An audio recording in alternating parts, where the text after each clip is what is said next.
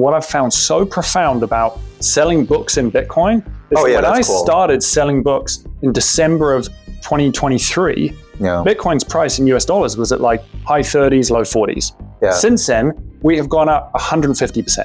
And so all of those books that I was selling for like $24, it's as if I was selling them for $50 plus. Hey everyone, welcome to the Block Reward podcast. This time we've lost Scott. Don't know where he is right now. You know, maybe he's out in the woods hiking or something. But you've gained me and Seb. Who am I? Roger Huang, Senior Marketing Director at Block Rewards. This week's episode, I think we're gonna do a little bit something special, a little bit different. I know we usually talk about Bitcoin, but this time we're gonna talk about Bitcoin books, because both Seb and I are both authors.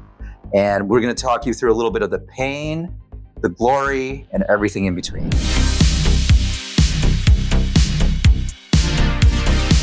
Seb, how was the book experience? How was writing a book? First off, you guys just missed me trying to do the intro. It was garbage. You just did a way better job at introing it. So I think books are really interesting. I think I never expected to write a book. I don't know, did you expect to write a book? I hate to be like that person, but like, yeah, I've had like a pretty solid life plan of like writing a bunch of books. That's just wild. That's just me though. But I could totally see that. Like if you, I think your story's a lot cooler actually.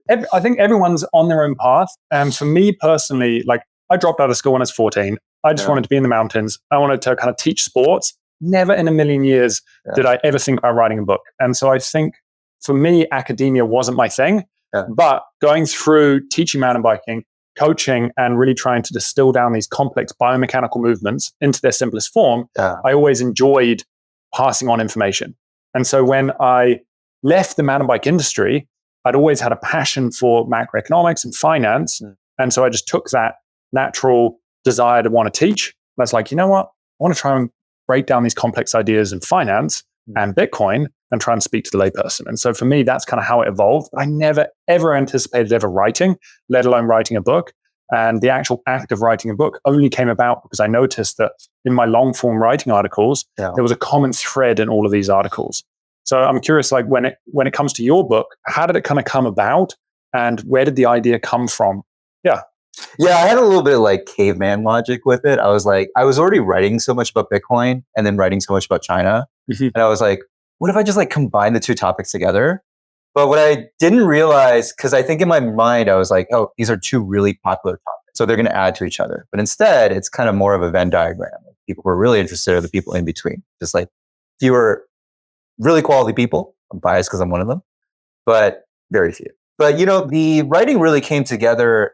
Like, I think where I struggle a lot was like, originally, I really wanted to do like more of like an interview kind of like behind the scenes kind of book. I really wanted to interview kind of like the OGs, like the real story out there. But unfortunately, the OGs are OGs for a reason, and it's very hard to get like anything out of any of them. And so it became a little bit more of a like philosophical book, like still sourcing to people the insights about what happened. But yeah, that was like the harder part for me. So I never struggled with like, I always wanted to like write books. That was kind of like a thing I've been thinking about for a while. My natural process is to try to understand the world through writing. And then I just always told myself, I just want to write a certain number of books. But what is this certain number? You know, recently, not to be lame, but it's like become 21. I think that would be kind of crazy though. But if you calculate it out and you do one every 2 years, it's like kind of manageable. Oh, you look at these like lifelong authors and you type in their name into Google and it just shows all of the books. Some people have 10, 20, 30 plus books. Blows me away. Well, most people, there's some who are super prolific, like fiction writers, I think, especially. I think the thing that slows me down and what slowed me down, I'm curious to hear kind of like what slowed you down a little bit. Because I can kind of bang out like 5,000, 6,000 words of just pure spew.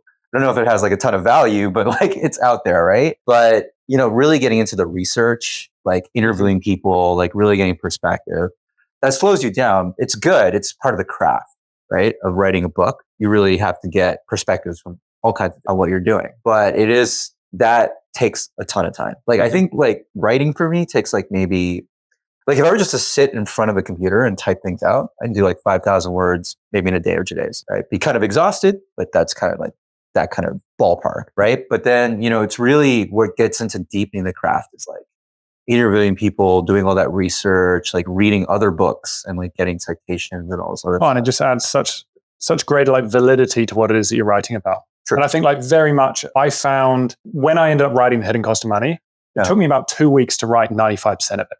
And that was kind of the overarching narrative of the story. The remaining 5% was all of the evidence, all of the citations, and kind of that core thread that just tied everything together. And that took almost a year to finish it. Wow. And I think it was just what helped me, and I'm curious, we'll get deeper into kind of the process of how our writing journey unfolded and how the books came to be. But I think what helped me is that I've always been a curious individual. And so I've always taken notes on the books which I read.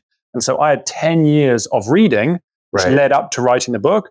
So when I actually started to write the book, I was just like, oh, wait, I'm mentioning this part. I remember taking some notes about this from this book.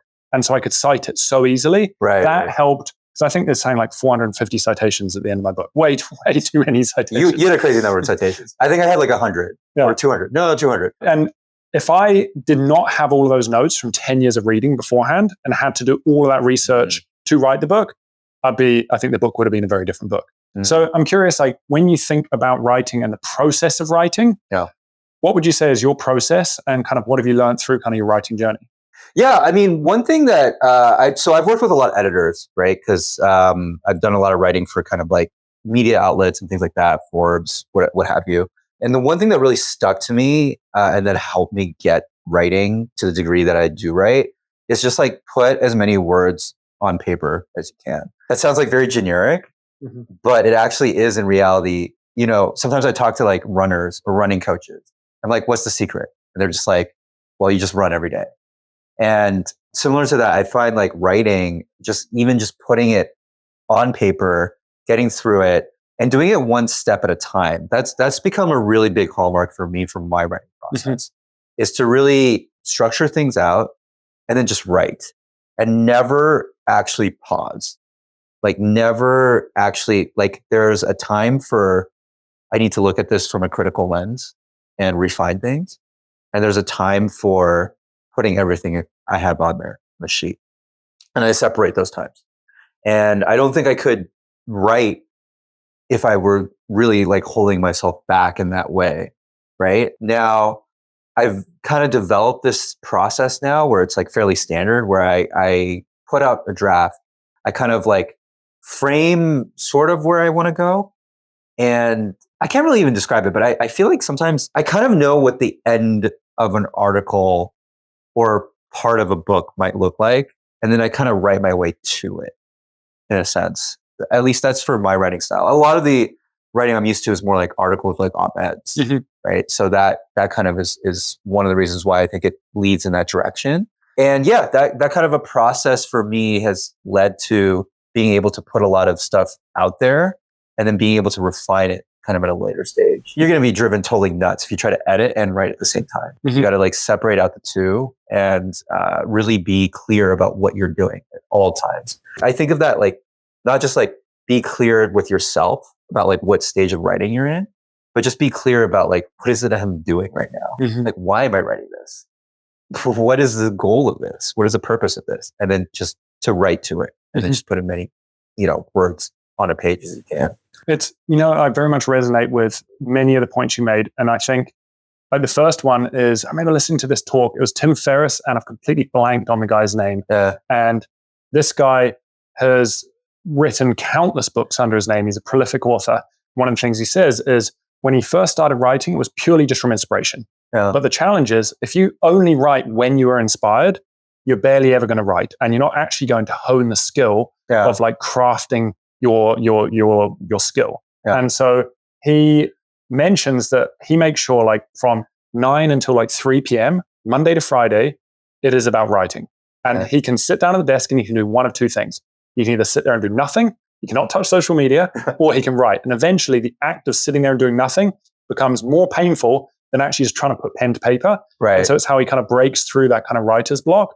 And he says, even if I end up writing 500 words one day, 2,000 words the next day, sometimes it's like out of that 500 words, I may even just have 50 words and like, I'm happy with these 50 words. And so it's like just trying to get pen to paper because you start creating a whole bunch of content.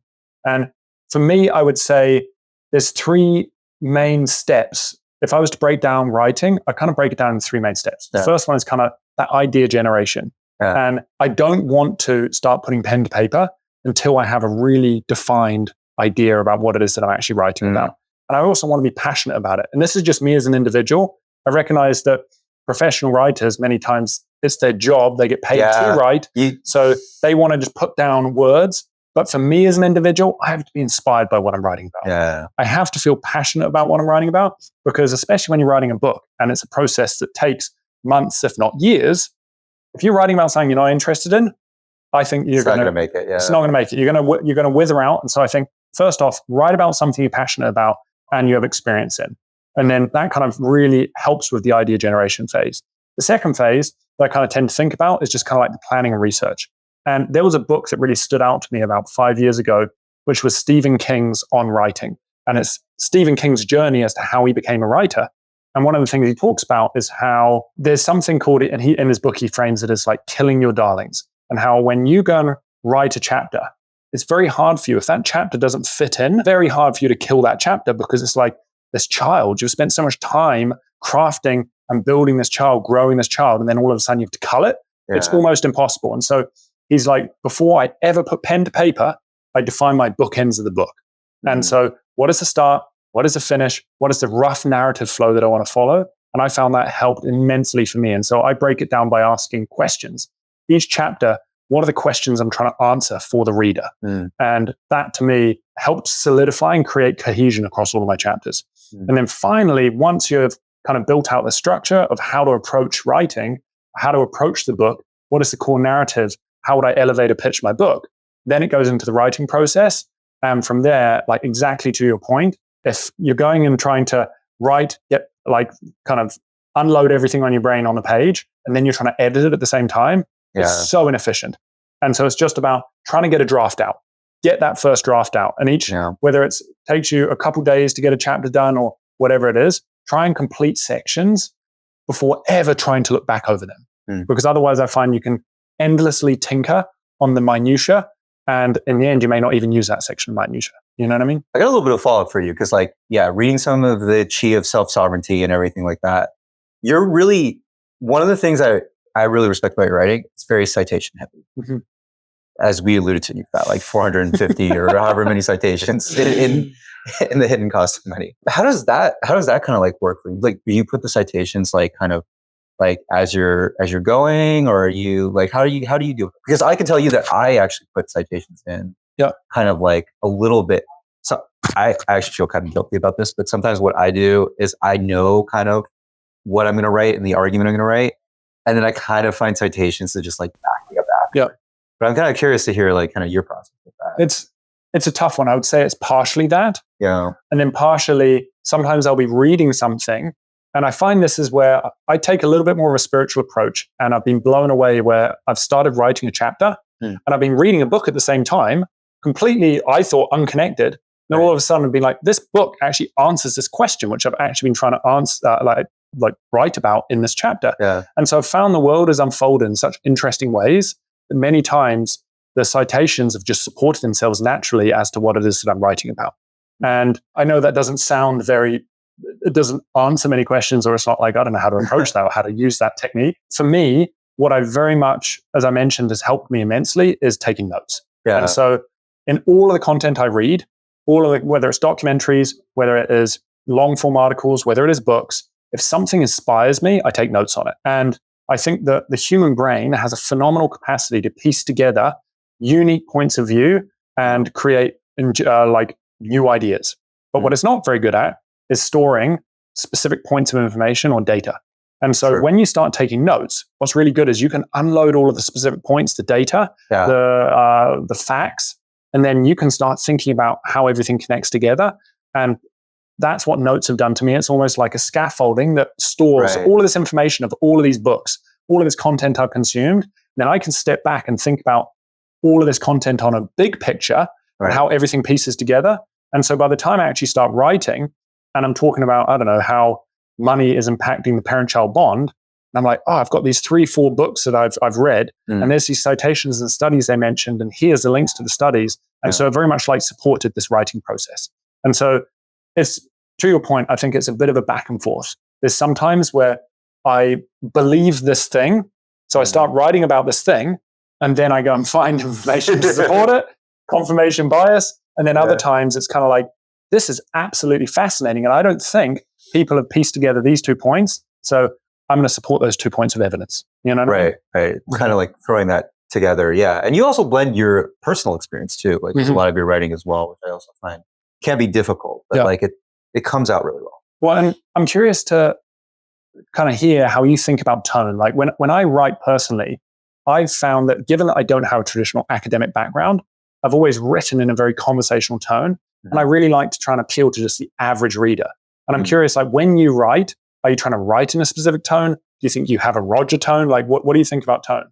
Yeah, I mean, well, so first I want to say that like that conversational tone and getting people to understand kind of, I think that's something that I aspire to, at least in terms of the writers that I really respect. So if I'm just throwing 2 random examples here, Orwell wrote super simply. And I think that's why his books have had a lot of enduring success. He also had a lot of really interesting life experiences. So put that all together. And there's a Chinese writer called Bajin, same thing, very simple writing. For me, my tone, I think that there's different versions of my tone. I think that there is one tone that I have, and it's actually when I write the quickest. And what I realize is it's kind of like a harnessing of my emotions. It's when I actually am angry about something. And this helps a lot because, for example, Forbes or other platforms offers me an immediate way to actually release that. Just funny story. I actually haven't really ever talked about this in any public setting, but I grew up in like a BBS kind of, which is like a bulletin board system. It's like a random basketball forum.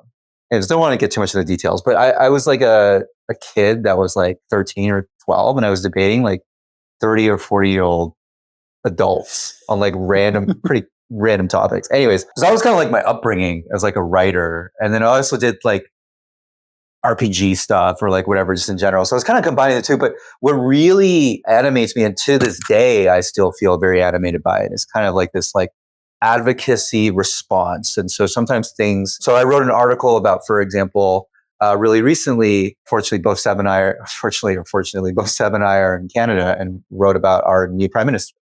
Right. And that was kind of more of an immediate response to something he had written. And I was just like, wow, I can't believe that this is, standing out. And so when that tends to happen, I tend to have this tone, and I tend to be more accessible, I think, and a little bit more, the pieces come out really quick. And you can argue it's like a little bit more polemical, a little bit more debatey, and kind of in that kind of vein of like, clear, crisp, but also more emotional. In the book that I wrote, which is about Bitcoin in China, Would Mao hold Bitcoin? Got to get the shit out of it. The tone ended up being a little bit more like academic-y and study. So when you don't find me in that kind of mood of like, like, wow, this is a thing I have to respond to right away, which I think, by the way, is some of my best writing. Would you say when you wrote in more of this academic tone for Would Mao hold Bitcoin, was that intentional? Or do you think that ended up kind of coming out in that way, given the citations and the topic you were discussing? I think it was more, so they train you a lot when, I've never been like a staff writer. I've never been like a full-time journalist or anything like that, but I've written for a lot of different outlets, right? And one thing they try to train you, and especially an outlet like Forbes or other places, they try to train you to be like an analyst. Because the whole idea is like, you are writing as like an expert on like a particular perspective. It's similar to that academic kind of tone, except I've never actually also been an academic either. But I think it was partially the topic, but also partially, and I haven't quite found a way to navigate this myself either, but I would have liked to have inserted more of my personal story into the book, because actually the reason why I care about Bitcoin in China, there are a lot of very personal reasons. It affects a lot of things that go on in my life, actually. But because I felt like I had to kind of like be a little bit removed from that in order to tell the story, and then because I was interviewing other people, and the thing with writing about China too is like it's pretty tricky because everybody has their own perspectives, and it can be a very emotional topic. And my book, just to be clear, does not pull any punches. It talks about Tiananmen Square. It talks about all these different events. It's definitely like triple banned in the mainland. So I never pulled punches, but I also tried to, I don't know if I even deliberately tried this, but it ended up being the case that it was more like an analyst versus like, if I actually talked about my personal story a little bit more, I think it would have been a lot more of that emotional kind of reactive tone. Some of the tone of which I think I'd actually do my best writing in. Would you say, like, if you were to go back and write it again, would you want to add more of your personal story in there? I think that there's been several articles, and it's really funny because I've been published on several outlets for technical kind of things. And there's been an article that actually sums up my personal situation and why I care so much about China and what's going on with all that. But I've never been able to publish that one. Like, there's no editor that's been willing to run that one. Mm-hmm. It's like this 5,000 word essay. And I think, it would have been nice. I always kind of told myself that, like, I would want to, write that and get that out there. But I should probably just self-publish that and then just like put a little bit more of myself into the writing.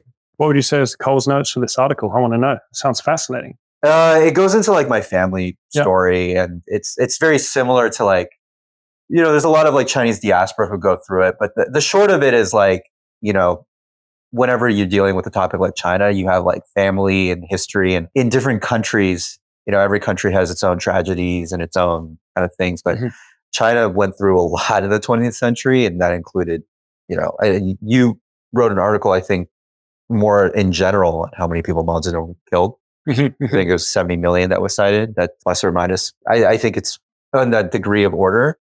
And, but when you live in that setting, right? And I've talked about this in some settings, right? Where I've brought it up in my Bitcoin story. Like, part of the reason why I got into Bitcoin was, just as an example, I was attending like Tiananmen Square rallies and stuff like that. People were like scared of China, even if they were outside of China. They were wearing masks and things like that. So it was a little bit like, now we have a lot of people who are like more privacy aware, but that was kind of like one of the kindlings that I've had. And I've spoken about that in public.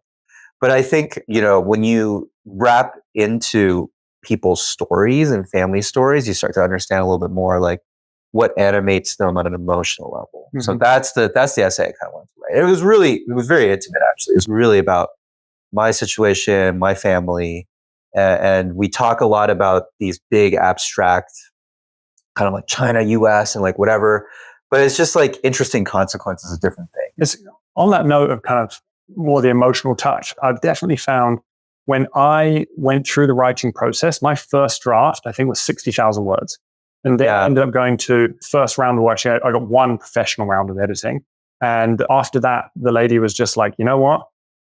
You need more personal stories. Like, bring in the personal stories. Right. People will, like, even though they may not resonate with the exact story, people resonate with honesty and like that emotional connectedness. And so I wholeheartily recommend, like, if you're writing a story, talking about these things that impact all of us, it's just like, bring it back to yourself. Like, what does it mean to you? And I find that that has a much deeper resonating connection as opposed to just talking about fact after fact after fact, citation after citation after citation. I think the way I tried to get around that is I told other people's stories. So my book had a lot of different anecdotes from other people, but I still feel like myself, I think this is just like, I totally resonate with what you're saying. I think I just have to figure out my 100%. Level of how much, and it's a very interesting context because there's a lot of like, don't say this or don't say that. So even me, even though I've grown up in Canada, there is still that feeling or that worry of not necessarily self-censorship, but there are motivations for why you would want to moderate certain things. I've never really pulled, I don't think I've pulled, like, I've gone to Bitcoin conferences and talked about the Hong Kong protests and talked about all things. I don't think I've ever really pulled a punch ever about criticizing different governments or things like that. I think there's a point where you don't want to necessarily get other people involved with that if they don't feel comfortable. 100%. Yeah. It blows me away when I step back and think about, like, I've grown up in Canada, in the UK, in New Zealand, and these are Commonwealth countries, and we're, in theory, supposedly have had free speech. And so for me, just seeing people from different cultures, whether it's self-censor as a result of what they've seen, what their grandparents have seen, and so on, like, it just blows me away, because I think that only until the pandemic have I started to question what I'm putting out there. Right. And there's almost a part of me that's been like, man, if I'm questioning, I actually want to put it out there more because I don't want to live in a world where I feel like I have to self-censor because I'm scared of the repercussions of what I'm saying. You know what I mean? No, for sure. And like, I highly encourage everyone to get as much content as they can out there. Hey everyone, quick question. Have you ever thought about starting a video podcast like this one? I want to introduce you to the team behind my show, Podigy. This podcast has been one of the best marketing tools for our business, and thanks to Podigy, all I have to do is hit record. They handle everything else: editing, writing, publishing, and making sure that it's perfectly optimized for every platform. They only work with disruptors, mavericks, and change makers, people making a real difference, spreading big ideas. Typically, Podigy is fully booked, but right now they have a few spots open for new clients. Listeners of this show get 10% off launching their own podcast or optimizing their current one. Click the link in the bio for a free one-on-one podcast planning session with Podigy. If you are thinking about starting a podcast or you have one and you want to take it to the next level, I can't recommend Podigy enough. Check them out. But yeah, maybe changing tack a little bit. How's the publishing process? I think that, you know what? One thing that I'd never really thought about too much, I've written 2 books. Beers for Bitcoin was the first one that came out, and I think it was April of 23. And then December of 23, I released Hidden Cost of Money. And going down the journey of writing a book, I'd never really thought about just kind of what is involved from a cost basis of actually bringing a book to market.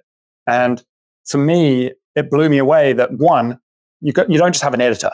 There are so many different types of editing, and I would love to have gone through 7 rounds of editing. It's just so expensive. It's too expensive. It's so expensive. And so like most people, I wouldn't say recognize that like the first big round is like your developmental edit, which is looking at the overarching narrative. Do you have a cohesive narrative that flows, that if someone was to kind of start to finish, they're able to kind of tell a story? Yeah. And then from the developmental narrative, and I may get some of these kind of mixed up a little bit, you then have things like a copy edit, there's a copy edit. Yeah, there's a copy edit, which is then looking at a little more chapter, paragraph structure. Right. And then you've got line edit going into sentence structure, tightening up all of those sentences, looking a little more at grammar. Then you got like proofreading, just making sure full stops, basic grammatical errors, you name it. And so out of those 4 edits, like an analogy I remember coming across a while back is it's like a statue. You start off with the chainsaw. You're just like freaking trying to get as much material away as possible to get the rough shape. And then you're getting in with maybe the smaller hacksaw to take away a little more. And then you're getting down to the scalpel and doing the tiny little intricacies of details. But if you start with the proofread, and you're just trying to do grammar, you're just going to waste a whole bunch of time and you may end up cutting it all. And so being in a logical order is so important. And I'd never really thought about that. And I ended up at the time, I think it was around 65,000 words. I spent about 4,500 Canadian dollars to go and edit that. Like it was quite expensive. Yeah. So I was like, I can't afford 3 rounds of editing this. So in the end, I went into developmental edit and had like 2 or 3 friends go through and kind of like readers and read. And even now, I think even if you pay for professional editors, there's always going to be a spelling mistake or some grammatical error. And so I have a list of about 20 different things that I need to go back, release V2 of the book and make those edits. And then after you've got like the editing, it then goes into like cover design, which I think a lot of people, they spend so much time on the book and they cheap out on the cover design. And they just have a garbage cover design. And the reality is that people do judge a book by its cover. Your cover is great, by the way. And we have one here, but like, I don't know if you want to like flank it out there, but And I think that people do judge books by its cover. And especially in the digital age where someone can't even flick through the book to the same extent, they're looking at a whole bunch of books on a screen.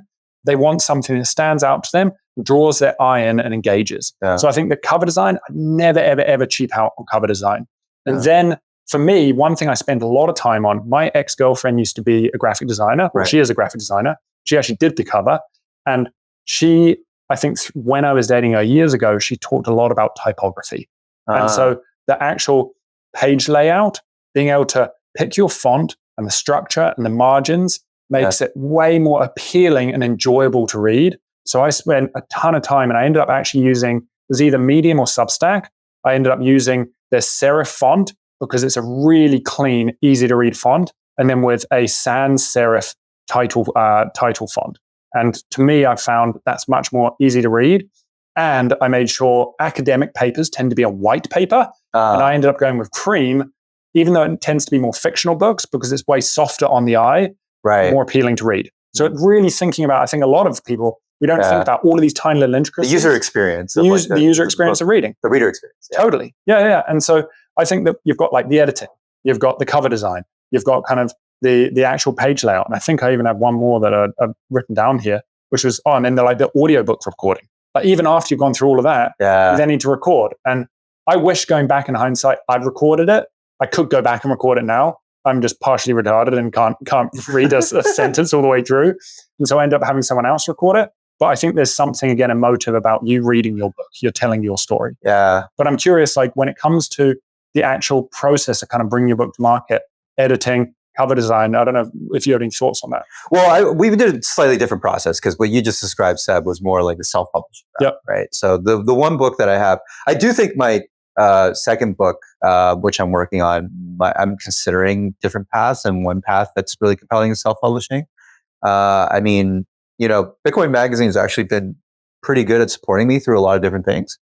But I do think there's a lot of compelling reasons to self-publish. But I published it and through Bitcoin Magazine. And a lot of the things, so I did actually end up paying for my own developmental editing. So I actually brought them a manuscript that was already developmentally edited. For me, the thing that was so important was to have a really honest look at what parts, kind of like what you mentioned, Kill Your Darlings. Like I just needed as many third-party readers as possible to tell me, like, is this too much or that too much? So to give you a really tangible example, I wrote a book about Bitcoin in China. The first 3 chapters were literally going to be about like Chinese history in the 19th, which was a little bit insane. And that was the first thing my developmental editor pointed out was like, your book is about Bitcoin, but your first mention of Bitcoin is like 80 pages in. So you might want to like reconsider that, right? So really dumb things when you think about it, but then it's kind of like taking yourself out of that process a little bit and then just trying to create. And then I think it's kind of a lot of the things follow through with kind of what you're describing, which is like, how do you make the reader experience better? Right. And a lot of people, I think about it in terms of like, well, what are the words I use and things like that? But it goes way beyond that. It's exactly what you said. It's an end-to-end product. From the moment they see your cover to the moment they're finished flipping it. Right. And the way that feels and even just the way that kind of whole experience comes together can be very important, is very important. So Bitcoin Magazine did handle a lot of those things for me. So I didn't have to pay for them necessarily, but of course I had a lot of input into that. And so to me, like I echo what you said with the cover art. And one of the things I really wanted for my cover was I was like, this is something that has to appeal to people who may not be interested in either Bitcoin or China. Like that it could actually stand on its own. And I think we got there. I actually really like the way my book turned out. It's kind of like a coffee shop book. I think the cover is probably banned in the mainland because it's a Mao's face pixelated. But that's a problem for future me to worry about. And, but no, like echo what you're saying. The publisher, and that's actually one of the reasons why I wanted to take a little bit more control over the whole experience.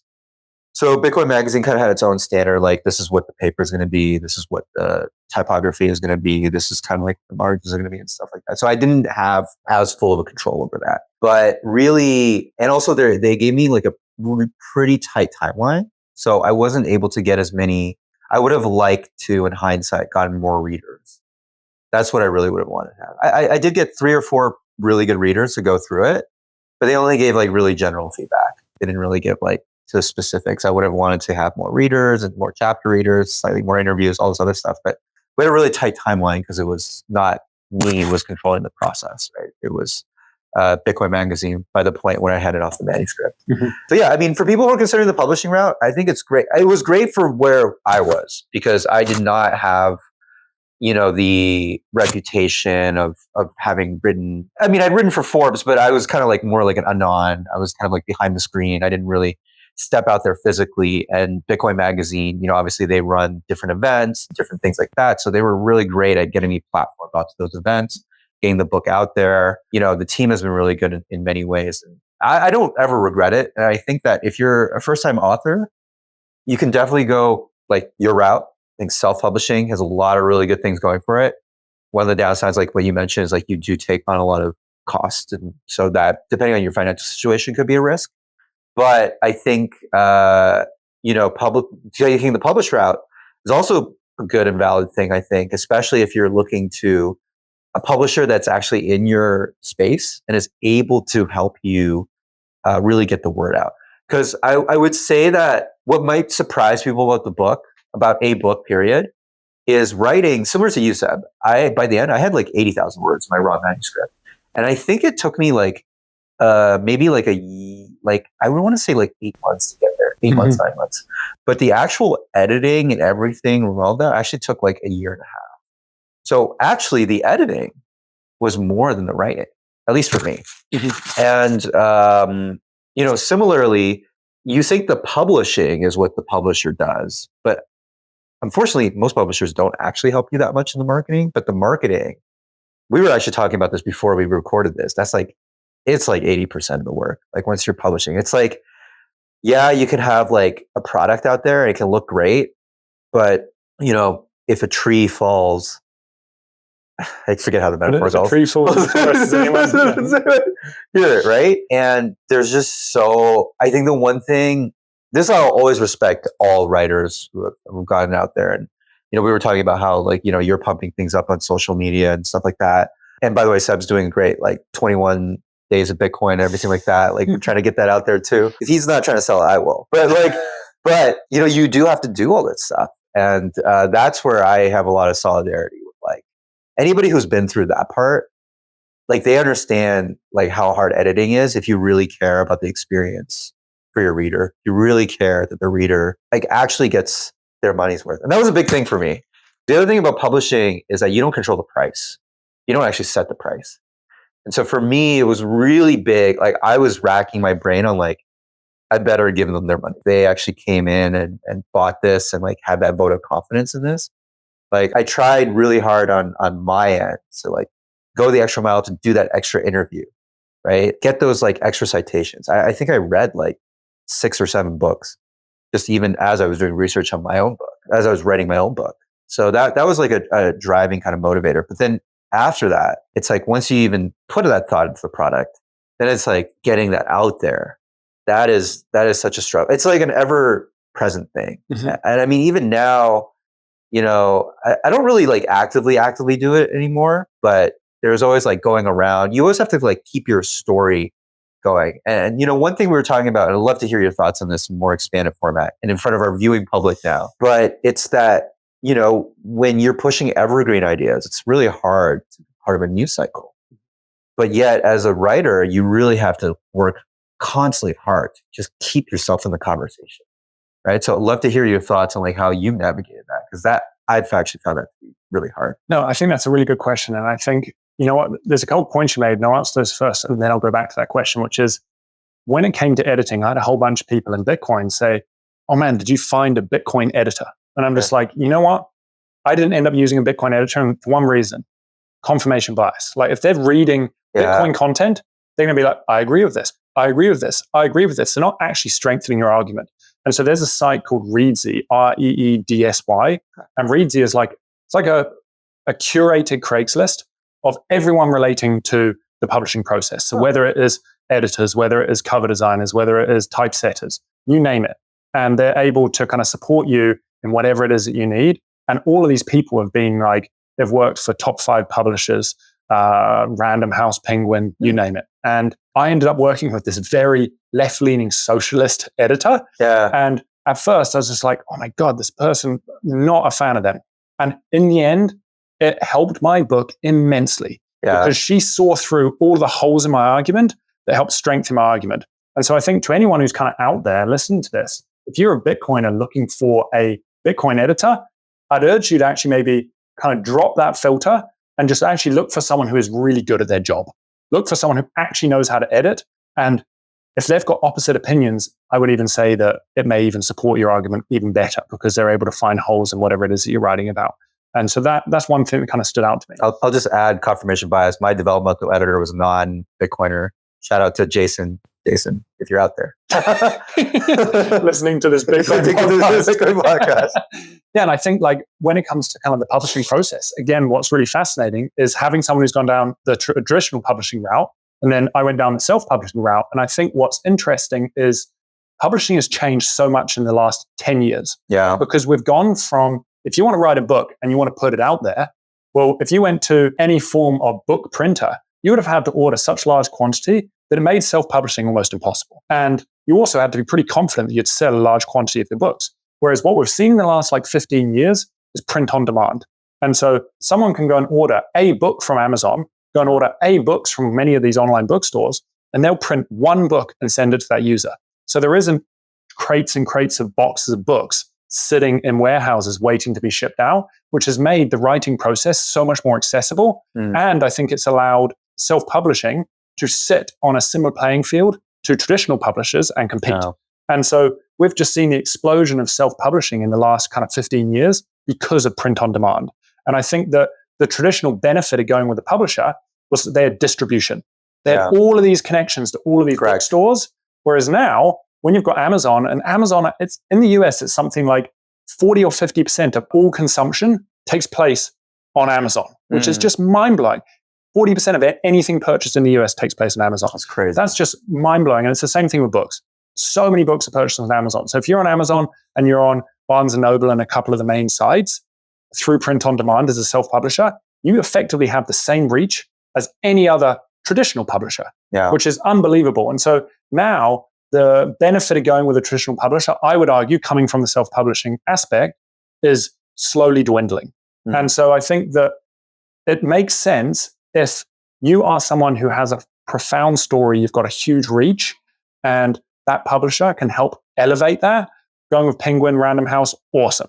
But I think that if you're just an average individual like myself, a mountain bike instructor, who I want to try and put my story out there, and you're willing to sink a few $1,000s into something, then I think self-publishing is a profound way to get out there. Going back to your question around kind of evergreen content, I wholeheartedly agree. I think the world we live in today, we were just talking about this before we jumped on, where there's a bunch of people in our industry that talk about news. And because they talk about news, they have something new to say on every podcast they're on. You've got it easy, Lynn. You've got it easy. But anyways. And you've got something new to say every time they jump on. And what's really challenging about talking about evergreen content, and for those that aren't familiar with the term evergreen, it's kind of like timeless content. I could write an article today that could be read in 20 years' time. It could have even been written 20 years ago, and it still remains relevant. And so I very much like to try and write evergreen content because it stands the test of time. Whereas if you're writing about what's happening in the news cycle right now, in a week's time, it's going to be out of date. But what that means is when I'm going on these podcasts, I feel like I'm repeating myself. And so, and it's tough to be able to find and talk about new things all the time. And my narrative does slowly change over time as it evolves and I'm consuming more content, but it's a much slower change because I'm not talking about the news cycle. It doesn't really influence what it is that I'm talking about. And so I've definitely found that is a little more challenging. And like to me as well, I've definitely found that I sell books when I spend more time on social media. But at the same time, I don't enjoy spending time on social media. I notice the negative effects on my mental health. And so I'm kind of in this conflicted state where I'm like, oh man, I really want to get people to get the book out there. Not necessarily financially, it does benefit me, but because I just want to be able to support people in their learning journey. But at the same time, I don't want to spend time on social media. So I'm always kind of conflicted in that. And so the marketing aspect is not my area of expertise, which is why I'm not the marketing director of Block Rewards and you're the marketing director of Block Rewards. And so I'm curious, like, how did you, when you released your book, did you approach it? How did you approach it from a marketing perspective? Did you go in with a plan in place? I'm curious. Well, so first I made a fundamental strategic error of creating a book that was my passion child, but not something that was like very easy to market. It's kind of one of those things. We were just talking about how some marketing is like you're selling ice to Eskimos, or you're selling, cheese to hungry mice. It's like very different type, right? I'm a little bit more on the Eskimo side, if I'm using this metaphor correctly. But no, I mean, I did think about it like pretty systematically in the sense of like, one conclusion. This is like, maybe this makes the B-roll, maybe this doesn't. I was like, probably the thing that would help me the most marketing wise for my book is if I got arrested by China, because like that would be just like ultimate irony. It's like, how many more times can China ban Bitcoin? Well, they did arrest the guy who wrote a book about Bitcoin in China, so I guess it's one more time. But no, leaving that aside, I mean, I was kind of thinking about it as like, where are these? So two things. Like one is I was thinking about the sections of my book and kind of like, what are the topics I can take out there. So what Seb was saying, completely correct. I think you can get a little bit more juice by like just thinking of like all the things you talk about. What are like different discrete kind of topics? And so 3 that have kind of landed, and I usually use this to like pitch different events or podcasts or things. One is just people love to get me to talk about central bank digital currencies, because China, central bank digital currency. It's not super popular, by the way, I noticed, because I think people are curious about it, but they're not like very positive. It doesn't like really positively get going. New monetary kind of world order stuff. And then another topic I kind of spanned from my book that I kind of framed was how China's bans made Bitcoin stronger. And to me, that was like a really good topic because it was surprising. It was contradictory, something you might not have expected. And then it was like a really simple kind of bite to the liver. And I've seen like these 3 variously get around. And so normally what I do is I'm just really systematic. And so I've gone to every event and literally pitched some version of these 3 talks. And I can tell you that every Bitcoin event in the world has either said no to me or has said yes to one of these 3 pitches. You know, those of you who have said no, you know who you are. But that's all good. Well, they don't normally say no. What they do is they just ignore you. They just ignore you. They just don't respond back to your email. So I don't want to make it sound like as dramatic as that. But yeah, I mean, I think, and same thing for podcasts. It's kind of like, you know, you kind of go on these variants.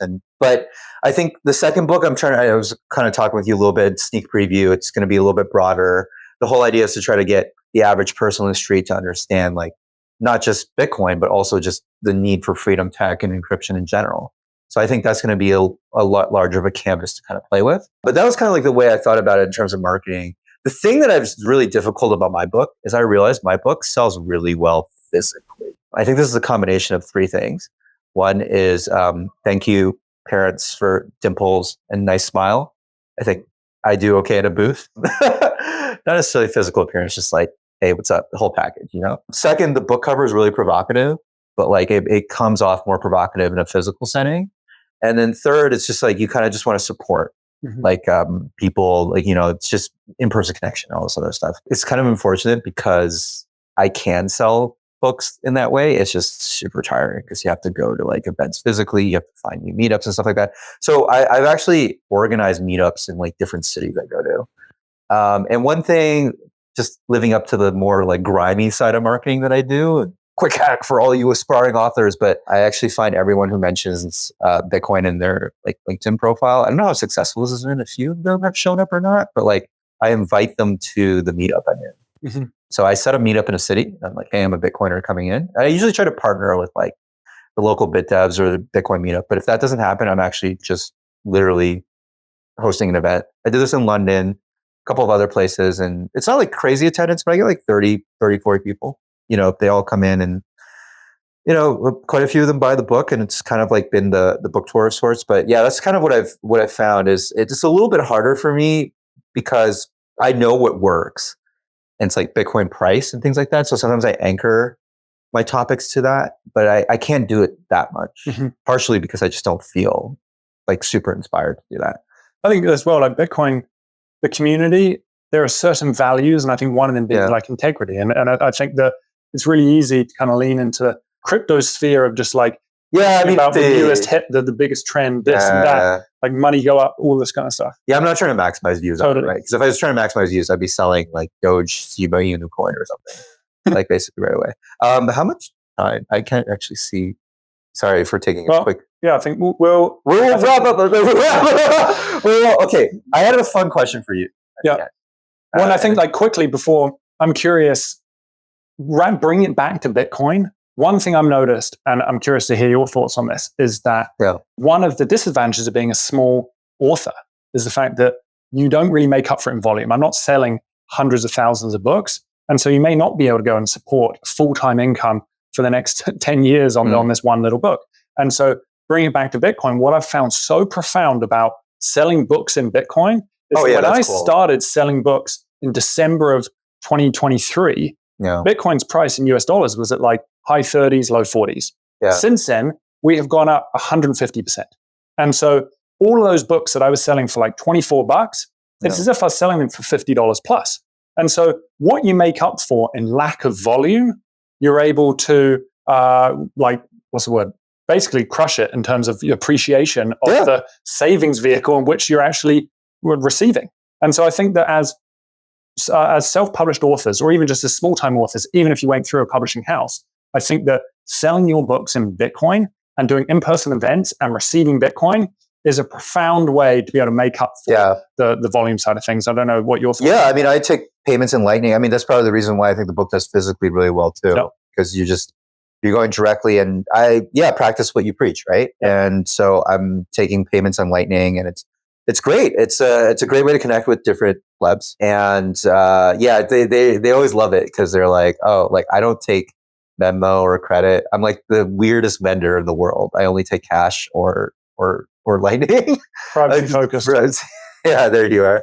So no, I found it's been such an awesome way, and I'm just always looking for ways to get paid in Bitcoin. Thus, what we're doing here, we haven't overly pumped it, but block boards, woo, Bitcoin payroll. But no, seriously, it has been a really big part of it, and quite satisfying because I realize this is and for some people, it's kind of funny is they actually put the amount of sats that they paid for. I noticed this with some people that have bought the book. They actually ask me to put what the how many sats they spent. It's like the block height and sats. So because I always offer to say I always sign books with a block height. Yeah. But then some people ask me to put the number of sats, and I'm like, well, I don't know if you're gonna love that when you look at it. And this is like a $15,000 book, but we'll get there. I think we might need to wrap up soon, but just a quick fun question. I think you asked me a version of this actually before. Mm-hmm. I'd love to hear your take on it. And I'll give a little spiel about it too a little bit later, but you've been in a lot of podcasts. I've been in a lot of podcasts. That's some of the marketing that we're talking about, right? What is the one question or set of questions you wish one of these podcasts would ask you that they never do? Okay, you know what? I would say it's not necessarily a question. I'm going to pivot it. And it is that I notice the difference between phenomenal podcasts and poor podcasts that don't really engage. And that it is when the podcast host is reading from a script of questions, and it's almost as if they ask you a question, you answer, then on to the next, and then on to the next, then on to the next. And so if there's any podcast host listening to this, I've found being on the receiving end, the conversation flows so much more naturally. If yes, we have a couple topics that we want to kind of hit, but if we're able to just have a natural conversation, and even this conversation, we've had a couple ideas of where we want to go, but when it flows, it's just such a more enjoyable conversation. Right. And I also find that it's these more broader questions that allow us to take the conversation where we want to go, as opposed to these more confining, boxing in questions that are kind of well, that's not really what I want to talk about. You know what I mean? And so if I was to reshape the question, it's not necessarily a specific question. It is more asking broad, open-ended questions and allowing the conversation to flow where it naturally wants to go, as opposed to trying to force it in a certain direction. I'm curious to hear your thoughts. And my thoughts are very simple. Just if you could ask me a question about something other than Bitcoin in China, that would be, I get it, but I what do you think about Ethereum? I love Ethereum. Ethereum's the best. No, I mean, I don't know. I'm a more complete individual. Yeah. So, I think that it's been an awesome conversation. And I think maybe just parting words, I don't know if you have anything to say, or where can people find you? Oh yeah, this is back to the podcast. I mean, I think for the purposes of this, let's just say if you look up my name on Nostr or or X, I feel like there's a bunch of fakes out there, and I've not verified myself. So at Rogerage1991 or Loki at Nostr-verified.com, and Would Mal Hold Bitcoin. If you take a look at that, that's kind of where you can find me. Yeah. Yeah. And you can find me at Seb Bunney, and Bunney is Bunney. And there's a website, sebbunny.com, which is just kind of my blog. We found out that, 110 people look you up online every month. I don't know who these people are. Just add to that. It's just me. So it's 20. Well, I mean, there was 20 Australia. I kind of assumed that was your family or something. But but yeah, you can find me just at Seb Bunney on Twitter, X, I have the website, and then we work for Block Wars. So if you ever have any questions around kind of Bitcoin and payroll, feel free to reach out. And Roger has his book, Would Mal Hold Bitcoin? And I have The Hidden Cost of Money and Beers for Bitcoin. And we appreciate you guys listening. Thank you. Thanks for listening to this episode of The Block Reward. We're trying to do something different here, creating accessible conversations meant for people who aren't obsessed with Bitcoin. If you found this episode informative and engaging, hit that subscribe button to make sure you stay updated with future episodes. Your feedback matters. We'd greatly appreciate it if you could take a moment to share your reviews and help us with our goal of creating Bitcoin content that is simple and easy to understand. Bitcoin has an important role to play in the future of finance. It will change the way we save, spend, and invest. Discover why Bitcoin offers a game-changing opportunity for forward-thinking employers by visiting blockrewards.ca. Block Rewards' mission is helping Canadian employers implement strategies for integrating Bitcoin into compensation and benefits, supercharge your recruitment and retention strategies, and help your team members plan for the rising cost of living by rewarding their work with the hardest money ever invented. Special thanks to our top sponsor, Paramount Employee Benefits Consulting, Canada's only Bitcoin forward benefits and pension advisory. For more information, find them at paramountbenefits.ca. Big shout out to Podigy, our production team that makes all this possible, and BMX Escape for producing our music. Bitcoin is an expansive and dense topic many people walk away from early. To Bitcoin enthusiasts looking for that podcast they can share with friends, family, and colleagues, one they'll actually listen to, we hope that is us. The content of these conversations is meant to be provided for information purposes only. Nothing here is investment advice. Bitcoin is a big topic. Be sure to do your own research before making any personal financial decisions. Thanks for listening.